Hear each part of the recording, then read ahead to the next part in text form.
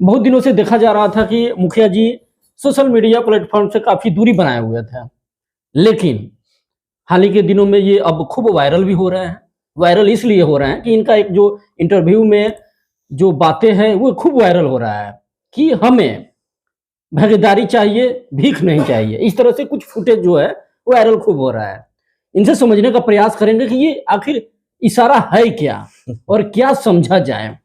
पहला सवाल करने से पहले, आप सोशल मीडिया से दूरी थे, क्या वजह था, रीजन क्या था, दूरी बनाए हुए थे बीच में? संजोग और समय बहुत ताकतवर होता है। यह मान लीजिए कि हमारी आपकी दूरी विगत 3-4 महीना से रही हुई जी जी।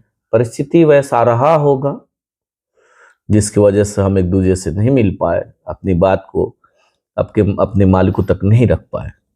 बहुत कोई विशेष नहीं है, लेकिन कभी कभी आदमी को चिंतन मंथन और कभी कभी मौन भी रहना चाहिए।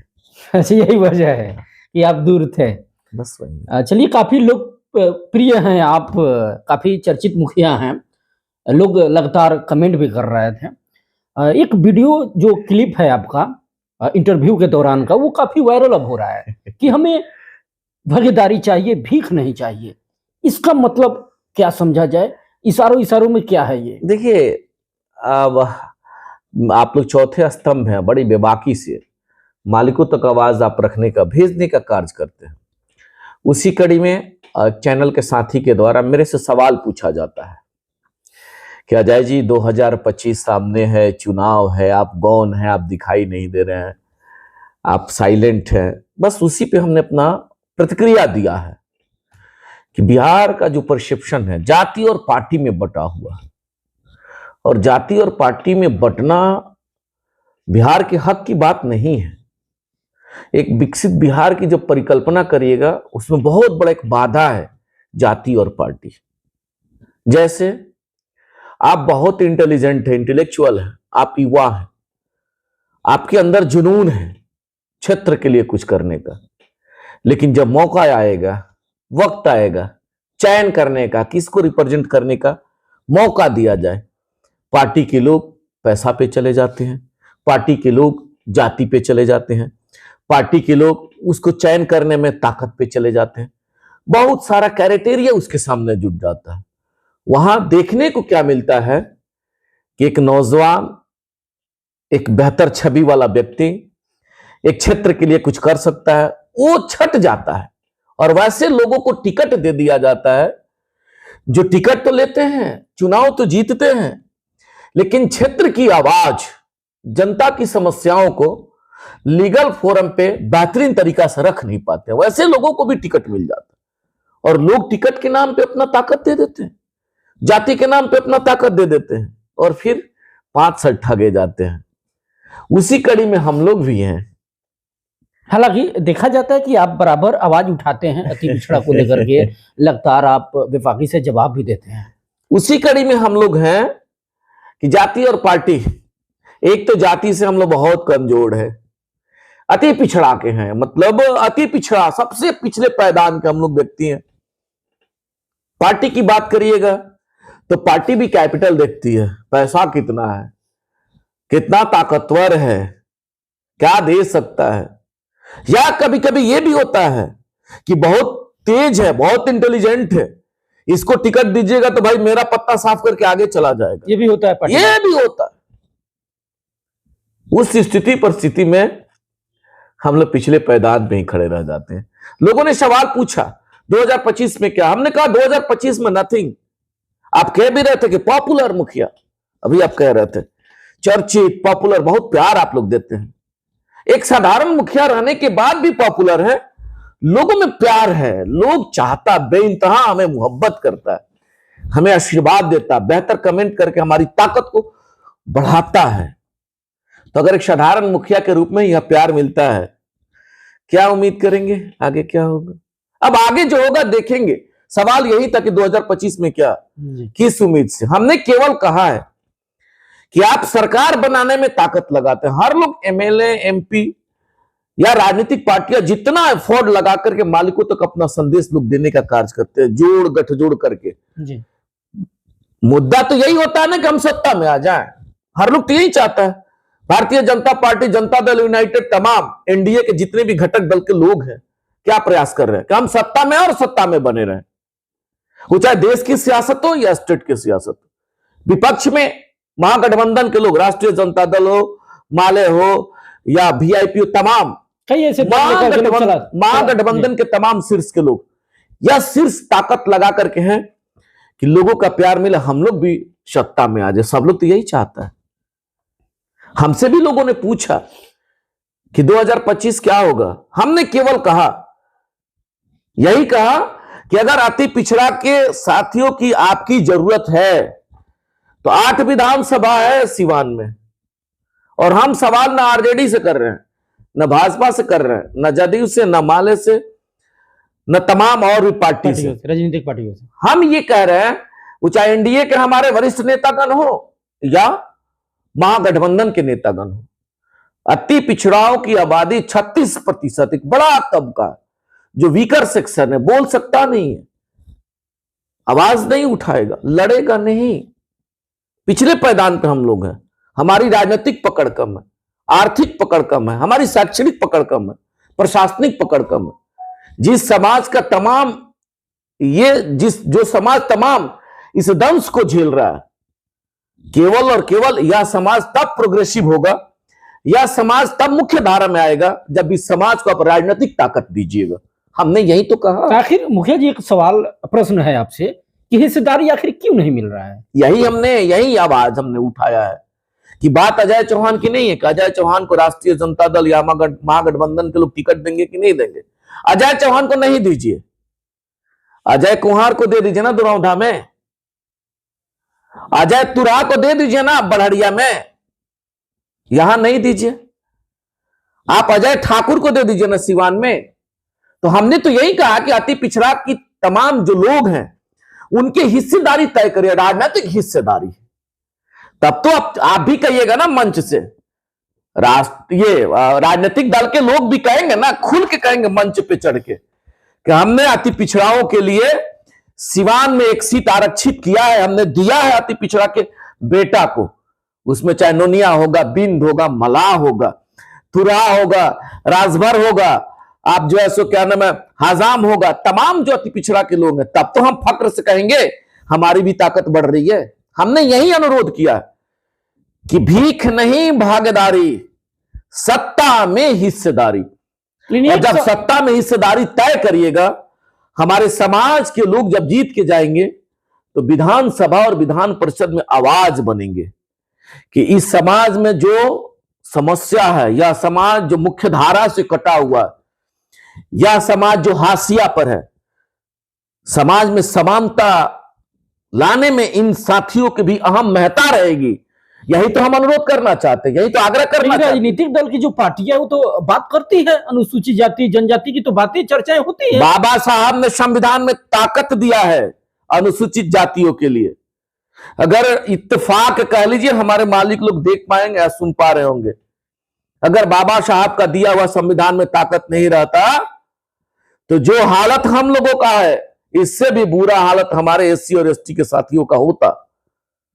लेकिन बाबा साहब ने दिया है, भगवान के रूप में उन्होंने ताकत दिया कि आज हाशिए पर हुआ समाज के भी लोग एमपी और एमएलए हैं, मिनिस्टर हैं, जो लोकसभा, विधानसभा, राज्यसभा और विधान परिषद में आवाज बनते हैं। शासनिक अधिकार है, प्रशासनिक अधिकार है, शैक्षणिक ताकत है, आर्थिक ताकत है, तब जाकर के वो लोग आज मुख्य धारा में हैं। हम लोग भी यही चाहते हैं कि आप हिस्सेदारी तय करिए। हम आपको ताकत पर ताकत दिए जाते हैं, ब्लाइंडली सपोर्ट करके हम लोग ताकत देते हैं, और जब राजनीतिक हिस्सेदारी की बात आती है तो केवल हम लोग झंडा ढोने भर रह जाते हैं। कब तक झंडा हमसे ढुलवाइएगा भाई, इस समाज को भी मुख्य धारा में लाइए। हमने यही अनुरोध किया है।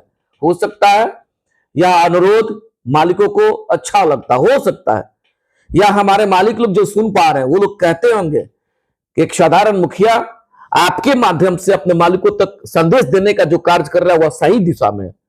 अगर यह सही दिशा में है तो लोगों का प्यार मिलेगा।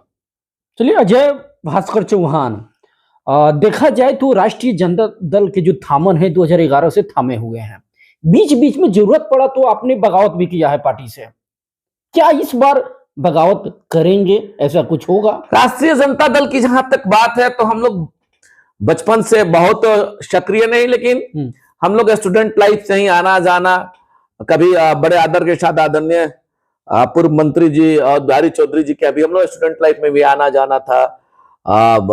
जन जन में बसे हुए लोगों के दिल में आज भी एक सिद्धांत के रूप में स्थापित शहाबुद्दीन साहब के भी जाना आना रहता था। लेकिन जब हम लोग पंचायत के प्रतिनिधि के रूप में निर्वाचित हुए तब से थोड़ा सक्रिय और हम लोग हो गए। और आप सही कह रहे हैं 2010 से 9 या 10 से 11 से हम लोग विशेष सक्रिय थे। और जितना विवेक था, जो क्षमता, एक साधारण अति पिछड़ा का बेटा के रूप में हम लोगों ने जैसे झंडा ढो करके चिल्लाने का कार्य किया। बीच में आप कह रहे थे बगावत की बात, एक बार देखा गया कि आप एमएलसी चुनाव भी लड़े थे। एमएलसी चुनाव मुद्दाओं के आधार पर हमने कहा था, चूंकि एक मुखिया थे और एक मुखिया इस नाते हमने कहा था कि भाई आप पार्टी की बात करिए, लेकिन वो सिंबल पार्टी का नहीं होता है। वो सिंबल केवल एक दे दे, ऐसा सिंबल वो पार्टी का उसमें एमएलसी में नहीं होता है। तो हमने कहा कि भाई हम लोग मुखिया, अगर आपका ताकत मिलता है तो हम लीगली तौर पे हम एक एक चीज को जान रहे हैं कि पंचायत और त्रिस्तरीय हमारे साथियों के साथ क्या क्या समस्या है, उस समस्या के लिए आवाज हम लोग विधान परिषद में बनने का कार्य करते हैं। लेकिन नहीं मिला, हमारे साथियों का भी मोहब्बत नहीं मिला। वही चीज हमारे मुखिया साथी या त्रिस्तरीय पंचायत के प्रतिनिधियों के द्वारा मोहब्बत ने, लोगों ने कहा कि अजय चौहान एक बेहतर कैंडिडेट है जो आवाज बनेगा, लेकिन मोहब्बत नहीं मिला। आज लोग पछता भी रहे हैं। हम किसी का विरोध नहीं, किसी की महिमा मंडन नहीं, लेकिन लोग जरूर कहता है कि अजय जीवा अगर होता तो आवाज बखूबी बेहतरीन तरीका से सदन में उठाने का कार्य करता। खैर वो सब सेकेंडरी मामला। उसी मुद्दा को लेकर के हमारी स्वतंत्रता थी, हम चुनाव लड़े। पुनः उसके बाद से राष्ट्रीय जनता दल में हम लोग वापिस नहीं हुए। फिर आदरणीय हेना साहब के लिए हम लोग, चूंकि हम शहाबुद्दीन साहब से जुड़े हुए थे जी। और हेना साहब जब चुनाव की बारी आई तो मजबूती के साथ एक साधारण अंतिम पैदान का व्यक्ति ताकत लगा करके जितना क्षमता था चिल्ला चिल्ला के हम लोगों ने वकालत किया हेना साहब के लिए। लोगों का प्यार मिला, पुनः घर वापसी होती है, हम लोग भी गए थे। लेकिन अब समय कुछ दूसरे तरफ करवट है, इंतजार है।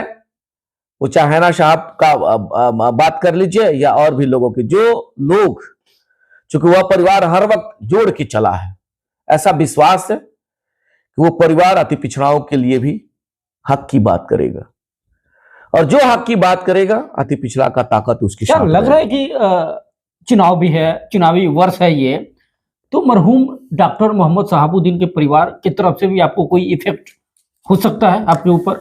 समय और संजोग की बहुत महत्ता है, और राजनीति में कयास लगाना बहुत चालाकी नहीं होगा। हम एक साधारण मुखिया हैं, इसी में अपने आप को मुख्यमंत्री के रूप में देखते रहते हैं कि हम पंचायत के मुख्यमंत्री हैं। मालिकों तक हर वक्त उनके सुख दुख में शरीक रहते हैं, मोहब्बत भी मिलते रहता है। समय और संजोग अगर बना, कुछ अच्छा होना होगा तो होगा, बाकी बहुत कुछ आकांक्षा पाल का आदमी नहीं बैठा है।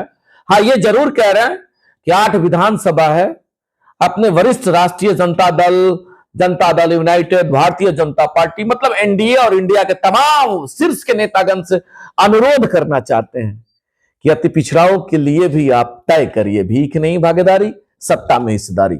वो चाहे रघुनाथपुर की बात कर लीजिए, चाहे आप दरौदा की बात कर लीजिए, गोरिया कोठी की बात कर लीजिए, सिवान विधानसभा की बात कर लीजिए, जीरादेई की बात कर लीजिए, या बढ़हरिया की बात कर लीजिए। एक तो सीट रिजर्व ही है हमारे भाई के लिए, जो एससी समाज के लोग हैं उनके लिए रिजर्व है, दरौली रिजर्व है। बाकी 7 विधानसभा बचता है।